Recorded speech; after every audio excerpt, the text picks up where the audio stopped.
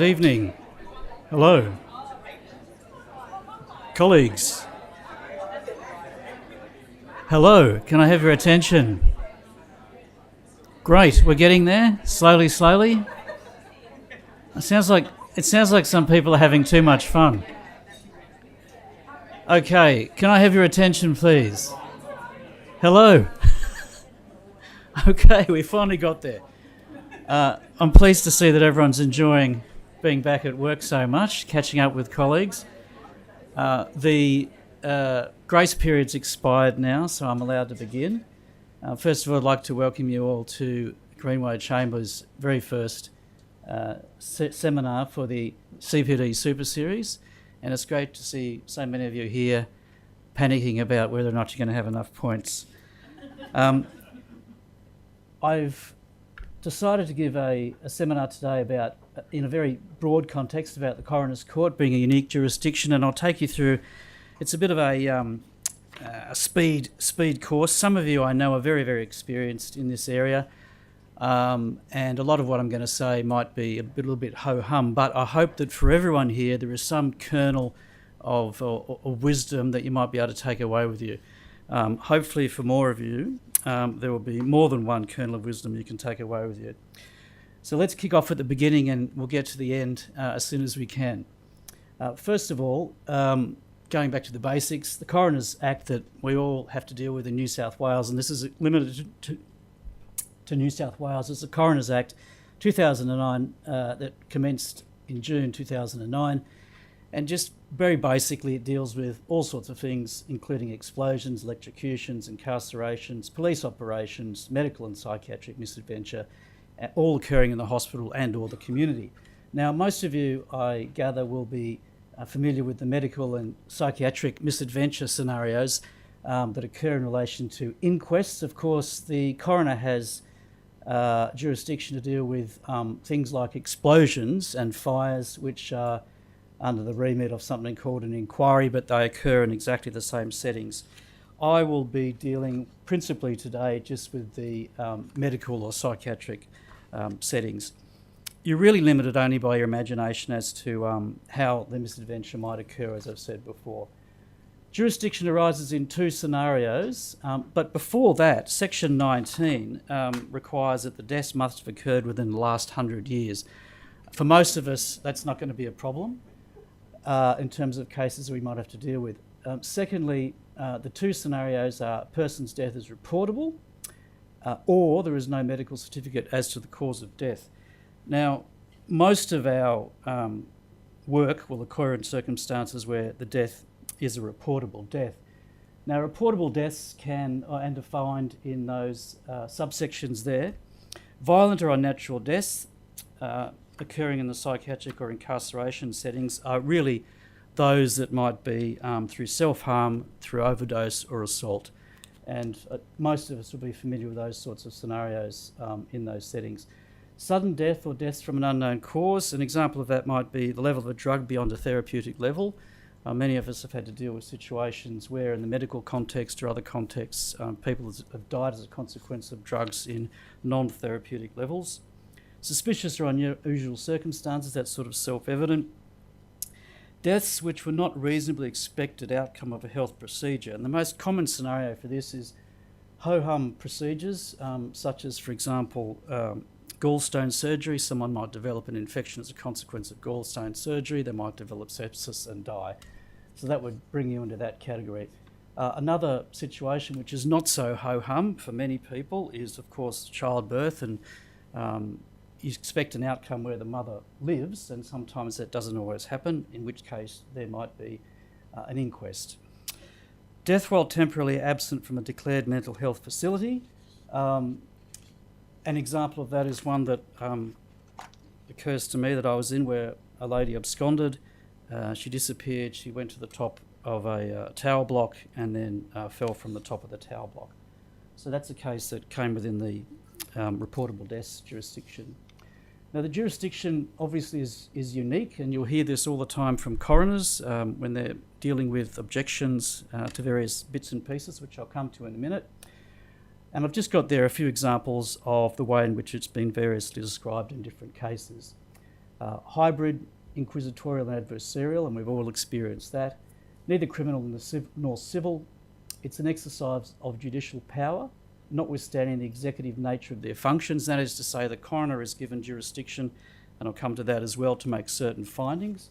And in the course of doing that, the coroner can exercise certain powers which normal judicial officers can't do. Another aspect of it which it makes it unique is the counsel assisting and appearances generally. Section 57 gives parties no right of appearance. You must apply for leave to appear, obviously, with the exception being that a relative of a deceased must be granted leave. So that's something to bear in mind. But in every sense, it's not litigation as we know it in the civil context. There's no formal or pleaded contest requiring adjudication, which results in these different features. And of course, counsel assisting, because it's a different jurisdiction, will formulate the issues and direct the evidence, obviously in consult with the coroner. It is the counsel assisting who calls witnesses, and importantly, it's counsel assisting who tenders documents. Now, just while I'm there, some people seem to be less aware of that rule than they should be. If there's a document that you really want to get in, my suggestion is, and my practice is always to have it marked for identification. Then the coroner's got a record of it, everyone's got a record of it, and you can speak to counsel assisting about having that document tendered. And if counsel assisting is not being helpful, well, then you can raise it with the court directly and say, well, look, you've heard from this, the witness has identified it, given evidence about it, etc., and that gives you a good leg up to have the document tendered through counsel assisting, of course. The other strange aspect of the jurisdiction is the fact that there doesn't seem to be, or there isn't, any distinction between giving evidence in chief and cross-examination in terms of the questions you're allowed to ask, which leads to the situation where many people who appear in the jurisdiction, it seems, can't really ask a non-leading question because they don't have to. Sometimes it's very helpful to ask a non-leading question because you're going to get a particular answer which you can make more of in submissions because you're not volunteering the answer to the witness. But that is another aspect of the matter which at once is annoying, but at other times is also helpful if you want to lead your own witness through something that they can't seem to deal with themselves in a non-leading way. Now, the purpose of the proceedings, obviously, and it's on the assumption that the person has died, is to do these things here. Sometimes the coroners deal with matters where there is no evidence of a person's death, for example, missing persons, and there are many famous examples of that. Many of them are arising in domestic violence relationships where someone just goes missing and there's an inquest. But assuming that a person has died, the coroner obviously has to make certain formal findings, and this is where it gets to the executive function and the coroner having the right, according to the Act, to establish how they want the inquest to run. Identity, time, place, manner and cause, which I'll address later on. So we've got here who, when, where, how, and what occurred.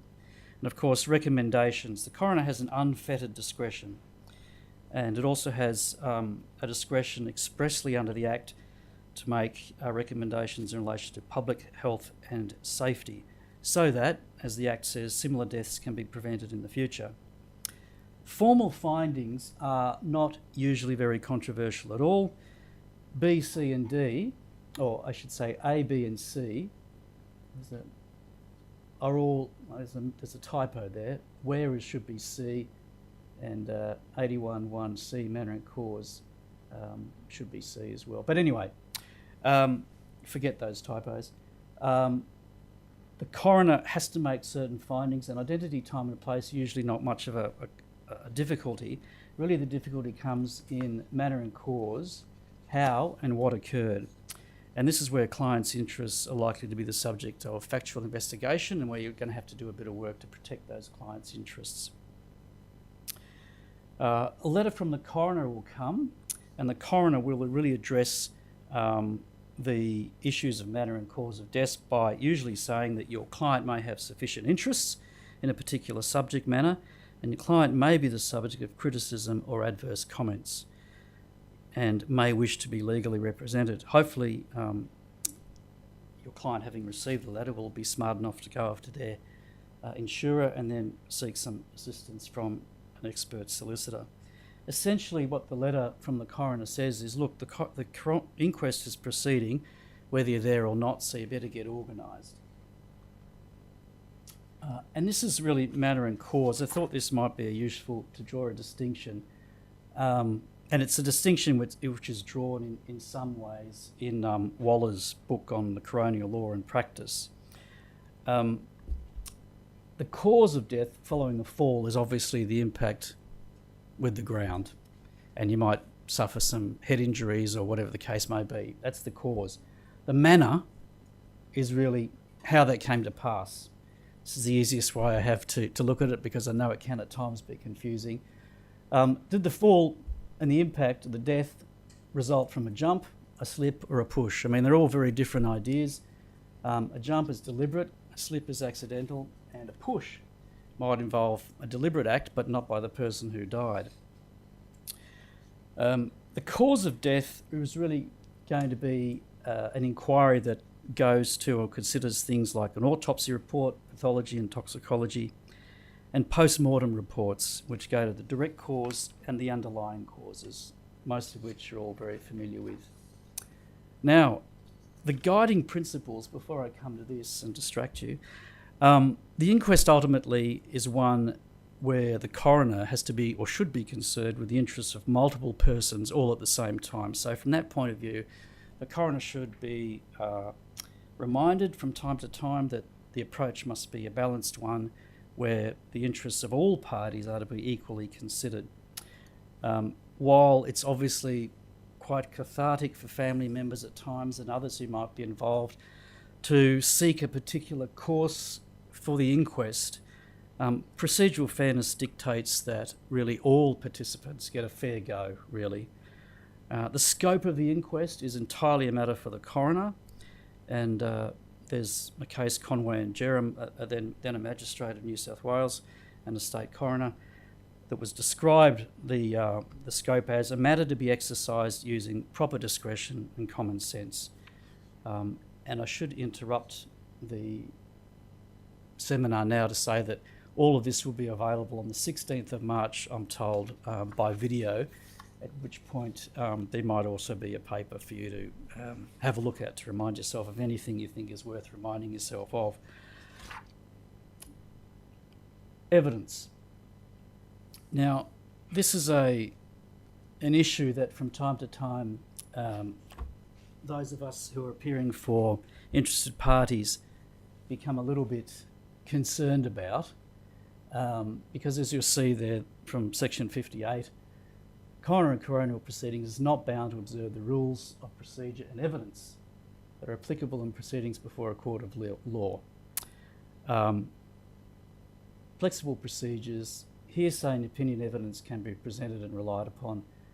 Parties cannot use rules of evidence to exclude unfavourable evidence. In other words, sometimes it seems like almost anything goes and it's Rafferty's rules, but really, for the most part, it's not. It's just that we sort of get stuck up on those unfortunate outcomes from time to time.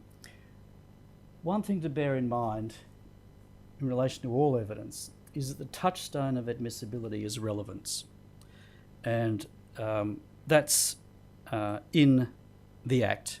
The Act says rules of evidence, the evidence must be relevant to the facts in issue, and always subject to procedural fairness and natural justice. And those are two common law principles that no coroner can escape from.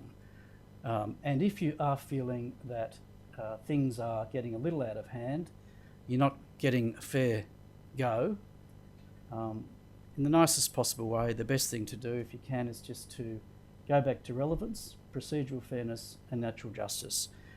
Obviously always more in sorrow than anger, to sort of try to get what you want. The standard of proof in relation to all the facts the coroner must make a finding about is on the balance of probabilities. That is more likely than not. Now, serious adverse event reviews, or as they were formerly known, root cause analyses. Now, the serious adverse event reviews, as they are now known, are to be found in public context in the Health Administration Act 1982, as I've set out there, in relation to private hospitals, the Private Health Facilities Act, and they're in virtually identical terms. Now, one, prima facie, as we all probably know, evidence as to the contents of an advice or report of an incident reviewer cannot be adduced or admitted into any proceedings. Now, that's fairly straightforward, and generally we don't have much trouble with that. Obviously, you shouldn't make reference to things in statements and that sort of thing, which I'll come to later. But I do wonder, and I've put in here, query the practice of the court seeking provision of serious adverse event reviews, which we've all had to deal with in the course of coronials at an early stage at directions or preparations where the coroner says, or the solicitor assisting the coroner says, look, you know, we need a copy of the RCA or the adverse event review. We're not going to put it into evidence. We're not going to have any regard to it in the course of doing anything. But I do wonder, and this is subject to obviously some client giving instructions about it, about the application of section 21(0). A person is neither competent nor compellable to produce any document or disclose any communication to a court, tribunal, board, person, etc., etc., for the dominant purpose of the exercise of a function under this part by an incident reviewer. Now, I think that on its face, there might be a basis for someone saying, well, look, dear coroner, I know you've asked for it and I know it's not going into evidence, but you can't compel anyone to produce any document that fits the bill of a serious adverse event. Now, I didn't like the development of this practice, and I think it defeats the purpose of root cause analyses or serious adverse event reviews, and that the whole purpose of the reviews is to allow people to speak freely, so that criticisms might be made in the report and people can get to where they want to be without any fear or favour. And I think the Coroner's Court's practice of doing this completely defeats that purpose, and it's really only giving lip service to the idea in 21P that it cannot be used or admitted into any proceedings. But I don't have an answer to that because no one's determined it, but I just leave it there for those of you to consider.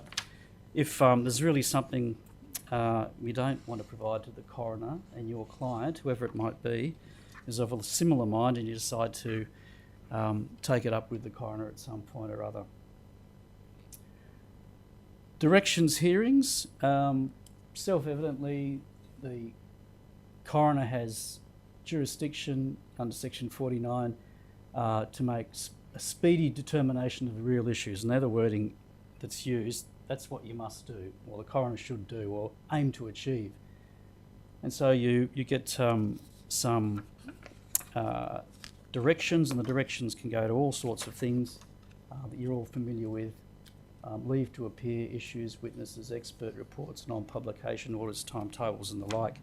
And it's at this point in time where the coroner might, through the solicitor, say, well, look, let's have a look at that adverse event review. Witness preparation. This is a very important matter. It's fundamental to prepare a witness well. And we've all seen, all those of us who appear in the court, or any court, have seen witnesses who aren't prepared well, and it's not really their fault. It's sort of like the gates in the bullring have been opened and have just been thrown in there and they have to sort of defend themselves. You're really doing that witness a disservice, particularly if it's the interested party, but even if it's not the interested party, but another witness that you're calling. The best thing to do is to make things manageable for the witness. In my experience, no witness wants to be there. They're not looking forward to it, so the more you can do to assuage their fears, the better. Now, I've set out there psychological preparation. It's very important to address a person's anxiety. Most witnesses will have preconceived notions of the process. Some are right, some are wrong. only expert witnesses usually, or witnesses involved in deaths as a matter of course in their practice, will have ever given evidence before. They often catastrophise the process and the potential outcome from them professionally and also personally. And this applies obviously to medical, nursing, allied health staff, everyone who has any sort of professional reputation. Personal shame and embarrassment is also a big thing, particularly in some cultural contexts. I had a doctor once who was fantastic. She'd done a fantastic job. There was no adverse findings made about her, but she was so embarrassed about it that she hadn't even told her parents. So she was carrying this huge weight around on her shoulders. She was a relatively young woman, but you've got to deal with that. And every witness is different. Obviously, you will have seen witnesses who are arrogant, who are combative, who are blinkered, and others who just agree with whatever you've said. They're meek and uncertain. You've really got to address all of those things head on and early. It may take more than one conference, but it's absolutely essential. Remembering, of course, that your objective is to make the witness feel as comfortable as possible. No good, in my experience, comes from a stressed or anxious witness. Even if their conduct in your mind is appropriate in terms of their involvement with the care of the deceased, it's very important that you de-stress them and you get rid of that anxiety. I sort of say to them, look, this is an occupational hazard. You're dealing with unwell people. Sometimes they get sick. Sometimes there's an adverse outcome. Sometimes there's a coronial inquest. So from that point of view, I sort of say, look, it's an occupational hazard. And also remind them that it's not a finger-pointing exercise. Now, most openings of counsel assisting will make that point these days, which is appropriate. And to remind your witness that accusatorial approach from the coroner is not going to assist in the coroner achieving his or her function. Now, sometimes that doesn't always go according to plan, but it's important to sort of say that to the witness at the outset, just to sort of get them into the way of how to think. Now, the forensic preparation, usually, as I said before, your client's got to be involved in the manner and cause aspect of the coroner's findings. That is, what happened, how did it happen? And again, it's important to say to the witness, look, you are, and it's my practice over many years, you are a witness of fact. They're not there to give an opinion, except maybe to explain a clinical decision they've reached, in other words, how they made their judgment, but in a way that's a factual matter. So really, they're a piece of the puzzle. I say to them, look, you're a piece of the puzzle, you have to be the best piece you can. You just have to deal with the facts relating to you. Don't try to imagine what the coroner wants to hear or what anyone else wants to hear or what anyone else is trying to get you to say. So really get them to concentrate on being witnesses of fact. Sometimes that's a lot easier to do with some witnesses than others, particularly junior people. It's easier if they'll grab that with both hands. Sometimes more senior decision makers or clinicians are not interested in that because, or they're less interested in it because, of course, they think they know everything, and they may in particular areas, but in terms of not getting too distracted what other clinicians are doing, just bring them down to focus on what they were doing, why they were doing it, and be the best piece of the puzzle they can. Remind your witness that it's for the coroner to put all the pieces together. And if you do that, it's much easier when you're looking after your client. You can deal with each of your witnesses as different pieces, and you can manage them much more easily, rather than if you're trying to everyone's trying to, do the puzzle yourself. It's best to just have one chief and a whole lot of Indians. Drafting statements. The overriding objective in my practice is to reduce the risk of this person having to give a lot of oral evidence.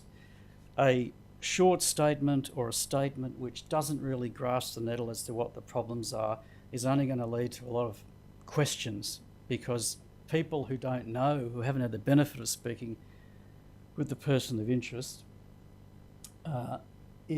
are going to have lots of questions. Some of them are innocent. A lot of them can be dealt with very easily.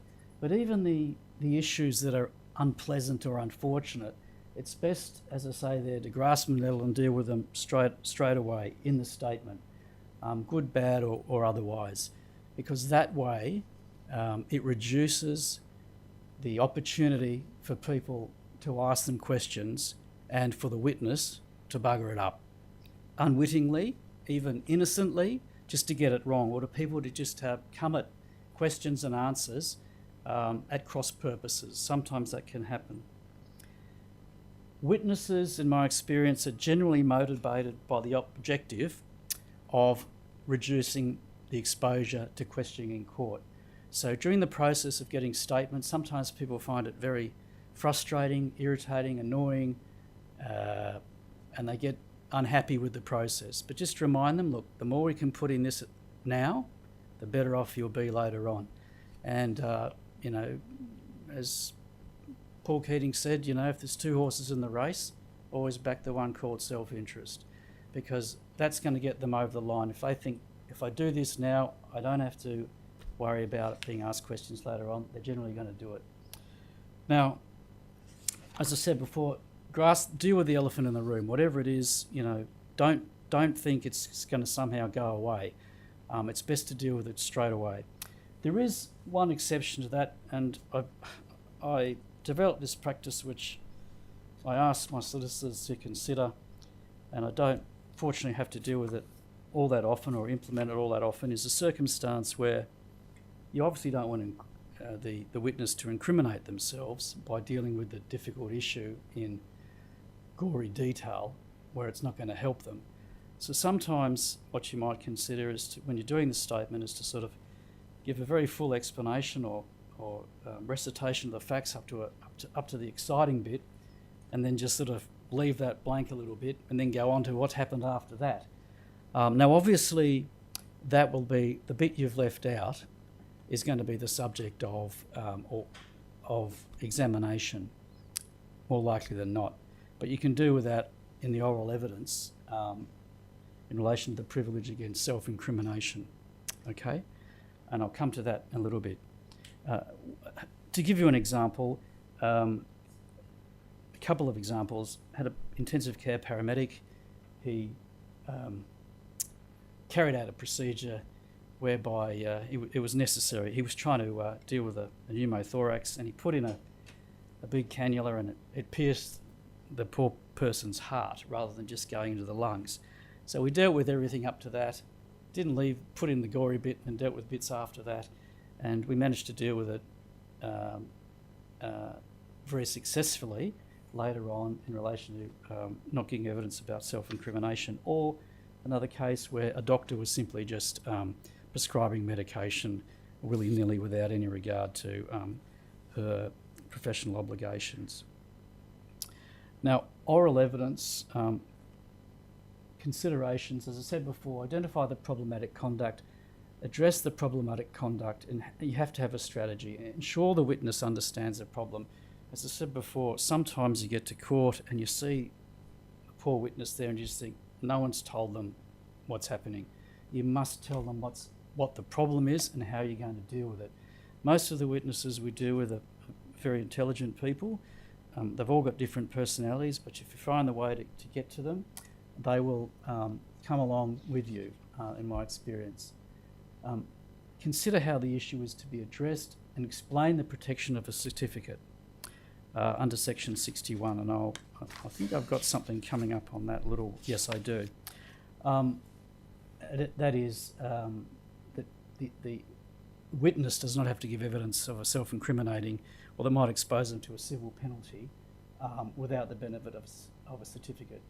So if you've left that bit out in the statement, which you would have had to provide as a consequence of the directions made by the coroner, you then have a strategy about how you're going to deal with that difficult issue when it comes to oral evidence. That is by way of a certificate. Now, as I say, we'll come back to that in a little while. Procedure at the hearing. Now, the opening address is, it is important, while it provides background and the nature of the issues, and it might discuss witnesses and the evidence to be presented. It is important to take more than a passing interest in it, what's said by counsel assisting, because you need to make sure that your own preparation is on track. And that is to say that there's not something raised by counsel assisting that hasn't made its way into the issue list, or is, a take on something that you hadn't thought of. So that's important. As I said before, is your preparation consistent with the opening? Now, the lines of communication I've put in there, that's to do with counsel maintaining a relationship of communication with counsel assisting, and solicitors maintaining a communication line with the solicitors assisting. Now, obviously, like any relationship, sometimes you get on better with people than otherwise, but it's notwithstanding on whether you don't really like someone or not, it's very important to maintain a good relationship with them so that you can, if need be, raise certain issues with them for the benefit of your own client. So, privilege against self-incrimination. Now, obviously, witnesses cannot be compelled to give answers tending to incriminate. Mostly that won't apply in the medical or psychiatric context. Generally, that might apply in missing persons cases. More usually, you cannot be compelled to give evidence or answers tending to make the witness liable to a civil penalty, whether it's a professional penalty or some other administrative penalty or penalty from their employer. And the purpose, obviously, of that is to adduce evidence going to issues while protecting witnesses in relation to other proceedings. That's the purpose of Section 61. And the certificate, the purpose, as I said before, is to adduce evidence going to the issues so the coroner can say to someone, look, I really need to hear from you. Don't worry about what might be down the track, but I need to hear from you so that I can make findings of fact and, if necessary, any recommendations. So really it's got a very important purpose. Now, I've addressed there the correct, it's a matter of fairness really, that the coroner should advise a witness of his or her right to object if a truthful answer may tend to incriminate or make them liable, particularly if the person is unrepresented. Now, the proper approach, before I come to that, I should say in terms of questions and answers, Her Honour Justice Bell made the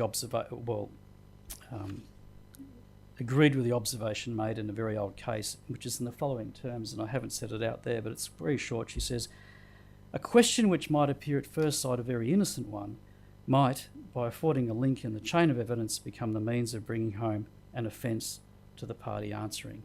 So it's not just a direct, obvious question. It might be some preliminary questions leading up to something. So it may well be that you have to object to something which is a bit of itself or on its face, perhaps not objectionable or something that might tend to incriminate or expose someone to the risk of a civil penalty, but which, when taken with other evidence, may do so. So you have to be alive to that. Now, the proper approach, as I've said there, it used to always be that people would just object to giving every sort of evidence, and that was the sort of usual approach. We'll try to get a waiter to come over with some more in a minute. The usual approach was, look, this is all too hard. This person's going to incriminate themselves. And that used to be the approach. But really, in Rich and Attorney General, it's been made very plain. It's a very strong bench in Rich and Attorney General. It's Court of Appeal. They've said that's not appropriate. It's really question by question or topic by topic. And that's the proper approach to take these days. Now, the relevant criteria, I should say, where the objection is upheld, the witness may be given willingly or by compulsion. The evidence may be given willingly or by compulsion with a certificate. Now, the criteria for granting a certificate, really, these are factors to be. They're not exclusive, but these are the usual factors that are taken into account by a coroner, and that you should have regard to when you're trying to get a certificate. Look, the evidence is important. The witness is a person of interest. You have regard to the issues, the nature and subject matter of the inquiry, and the nature and extent of the witness's jeopardy. In other words, if the witness does give evidence about these things, what's the jeopardy they're exposed to in terms of civil penalties? Whether the evidence will be unreliable if not given. So in other words, if you force someone to give evidence without a certificate, they may obfuscate, they might be unhelpful. You might get evidence that's really not going to help. So really the way to appeal to the coroner is to say, well, look, you know, you're going to get some much better evidence, I mean, in broad terms, if you give this person the protection of a certificate. And whether there's an alternative source of evidence, that's to say if this is the only person who can provide the evidence about this particular fact or facts, let this person have the benefit of a certificate so that you can hear about this issue which you otherwise wouldn't be able to make any findings about. And I've referred to the case there, Coroner Attorney General, which is the case in which Justice Bell made her comments. Two further matters which I'd like to bring to your attention. The first one's sort of fairly well known. Caveat to protection is that there's no application to the proceedings going to falsity of the evidence to which the certificate applies. In other words, if a person gets a certificate and gives false evidence, well, obviously the certificate doesn't apply to exclude his or her evidence from subsequent proceedings. In other words, you've got to give truthful evidence. But the next one is important in circumstances where a certificate is sought and the coroner says, no, I'm not going to give a certificate, I don't think you need it. But then the witness goes on to give evidence which does in fact lead to reasonable grounds for an objection. In that case, you can say, well, look, you know, we asked for a certificate. The witness has given this evidence. They've exposed themselves to jeopardy. You have to give a certificate now. So that's a sort of a fallback position, which is quite useful. Non-publication orders, they are sort of self-evident, really. Referred to there, the provisions that allow the coroners to make those orders. Public interest. There's lots of definition of public interest. I've put one there. That one's actually from Professors Peter Nye and Peter Butt in the Concise Australian Legal Dictionary. Public interest is a very broad term that, you know, people could argue about, but there's one example. General principles about non-publication orders were considered in the case of Mirror Newspapers and Waller, Waller being a former coroner of the state. And the principles applying to the ordinary courts concerning open justice, that's a consideration. I haven't written them out there, but open justice is a consideration. It's a fundamental starting point for all courts in New South Wales. The order should only be made really if publication would frustrate or impede the administration of justice.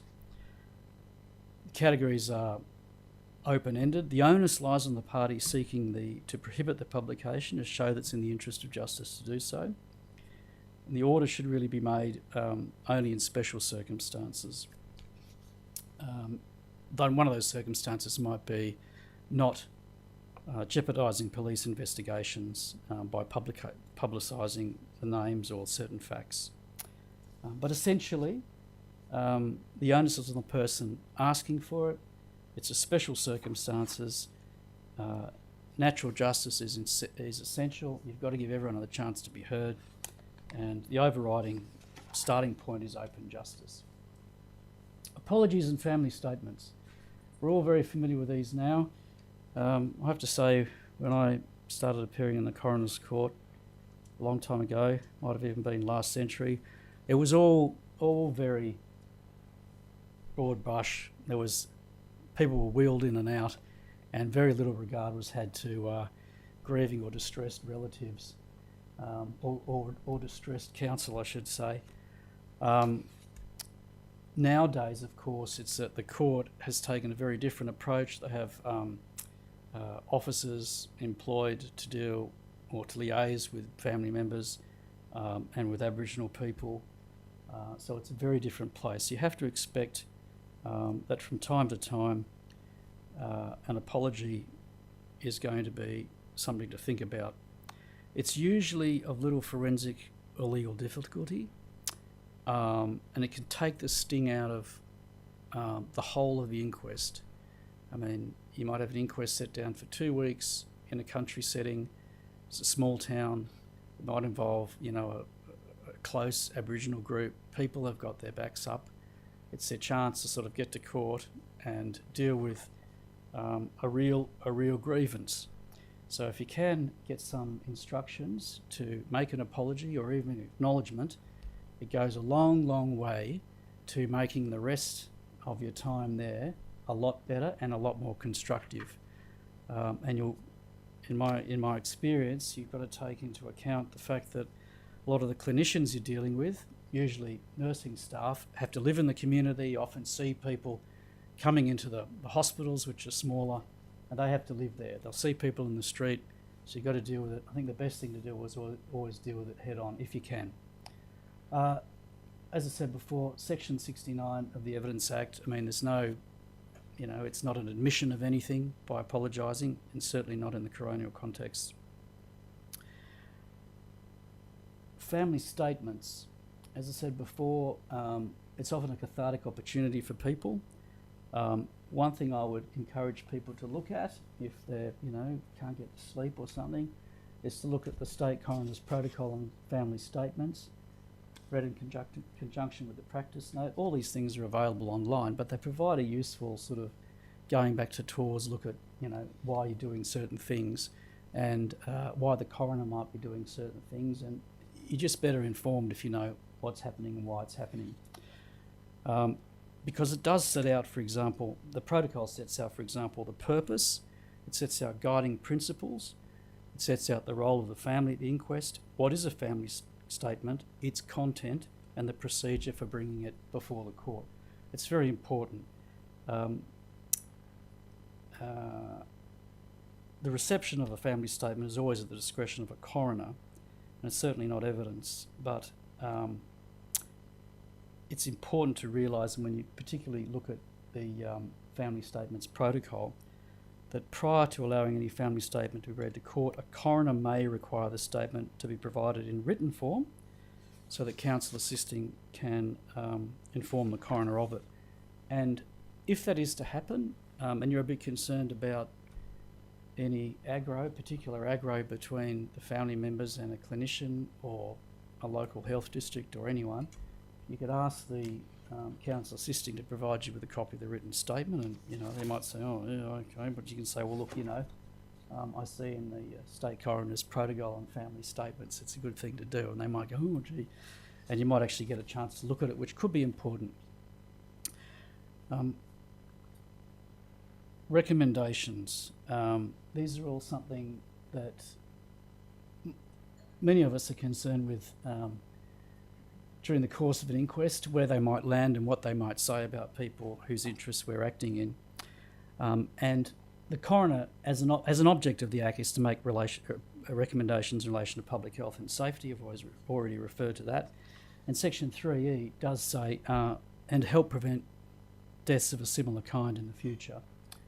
So the coroner is alive to that. Matters of fairness.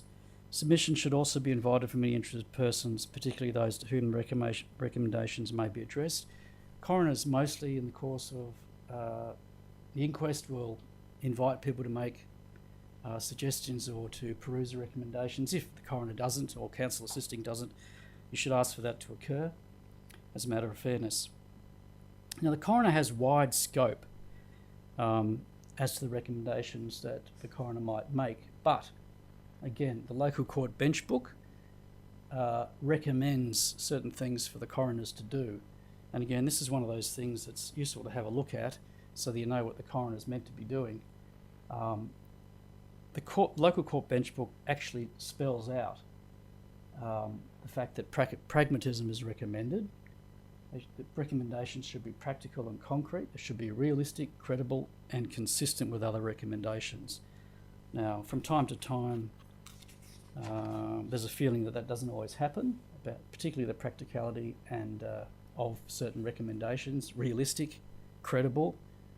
I remember I had an inquest a long time ago where the recommendation was that ambulance officers should have to carry dog treats, to deal with vicious animals. Now, I don't know how realistic or credible that was, but the local court bench book would probably steer a coroner away from a recommendation like that now. Reviews of coroner's decisions. Reasons obviously must be provided, and an error of law must be demonstrated. It's very hard to establish an error of law in relation to findings of fact, particularly when coroners can inform themselves of the evidence in whatever manner they see fit, provided there's been, of course, natural justice and procedural fairness. So really, the opportunities for review are pretty limited. The case of Conway and Jerram is a matter that it was a decision of Justice Young and Justice Campbell.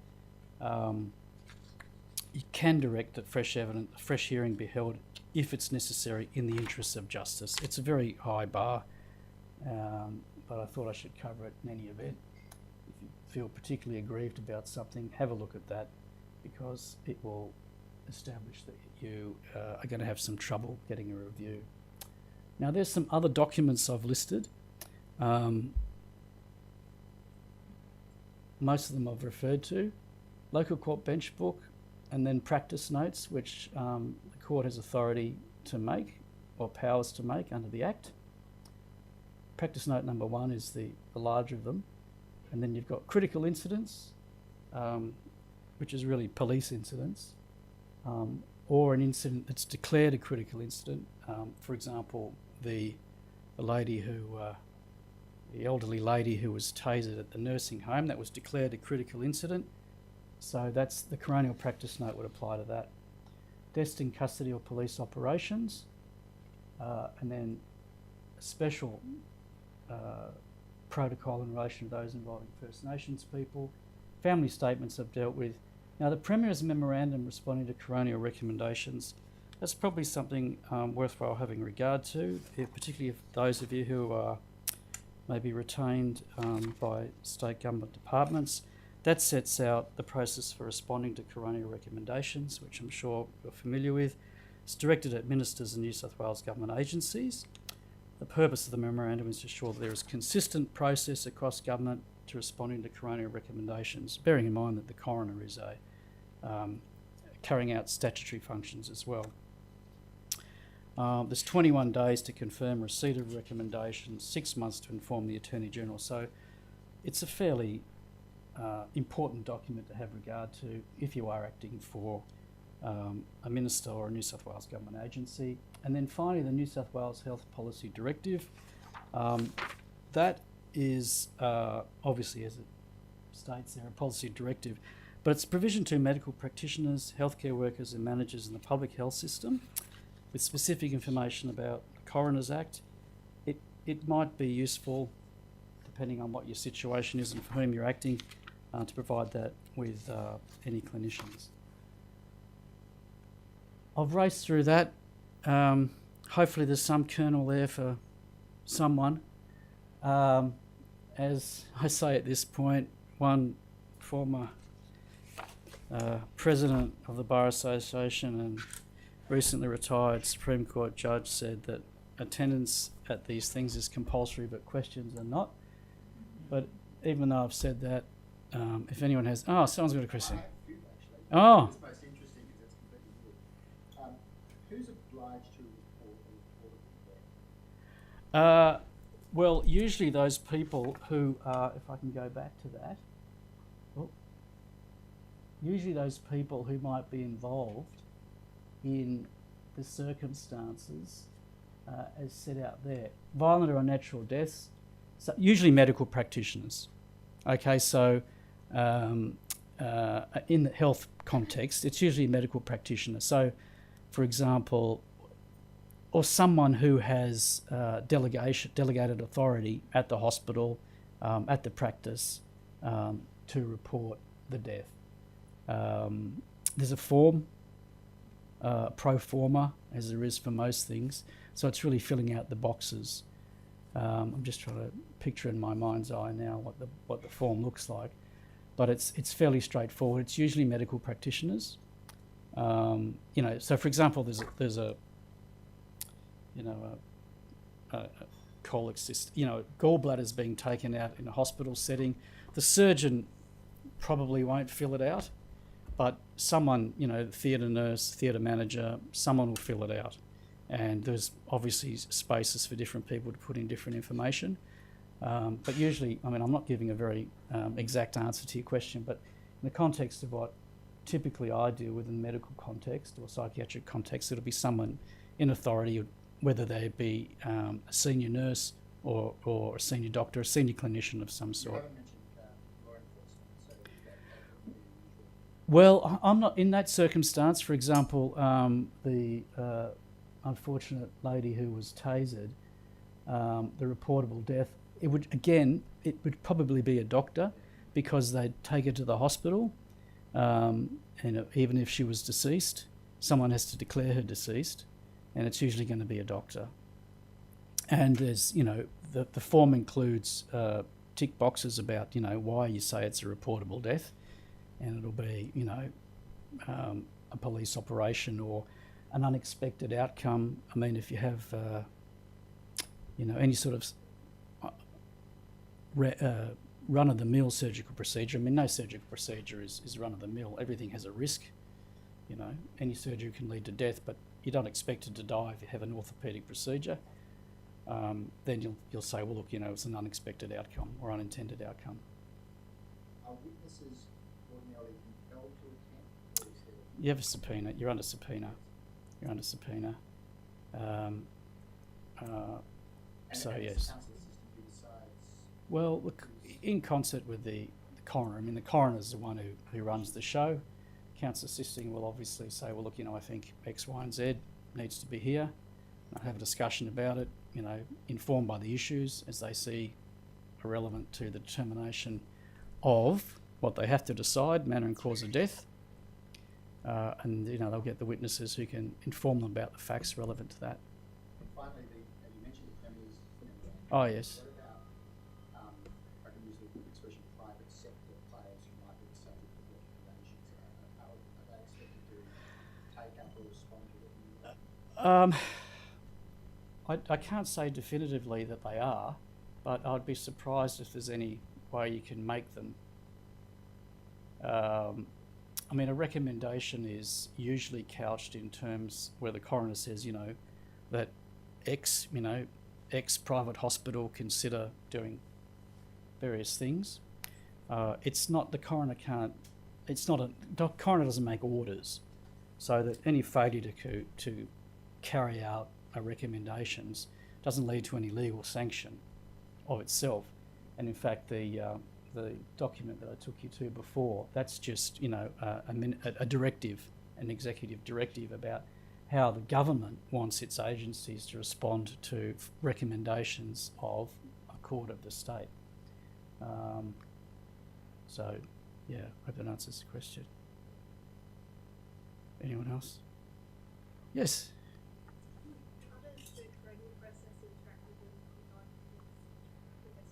Well, that's up to the coroner. But usually the coroner won't want to prejudice anything that's happening criminally in terms of investigations or pending charges or cases. So often it's held in abeyance. But sometimes things go cold in terms of criminal investigations, example of missing persons. And oftentimes, you know, you may have heard, you know, notoriously there's more than one inquest into the assumed death of certain people. People come back with more evidence, and the coroner has a discretion to reopen an inquest if there's more evidence or new evidence. So from that point of view, it's not interfering, but it's like any proceedings that are coextensive, one with the other, whether it's in the Supreme Court or the federal court, if there's hearings going on about same or similar matters, whether it might be class actions, for example, you might have to say to the court, well, look, you know, we should just stay this until certain things are done. And that's when non-publication orders might be relevant too. You don't want to prejudice something. But it just depends on the case. It's an easy out. Anyone else? No? All the questions are answered? You're free to go. And if anyone's interested, as I say, on the 16th of March, you'll be able to see it again if you really want to, if you fell asleep, or if any of your colleagues would like to watch it. So thank you again for coming, and please help yourself. Thank you.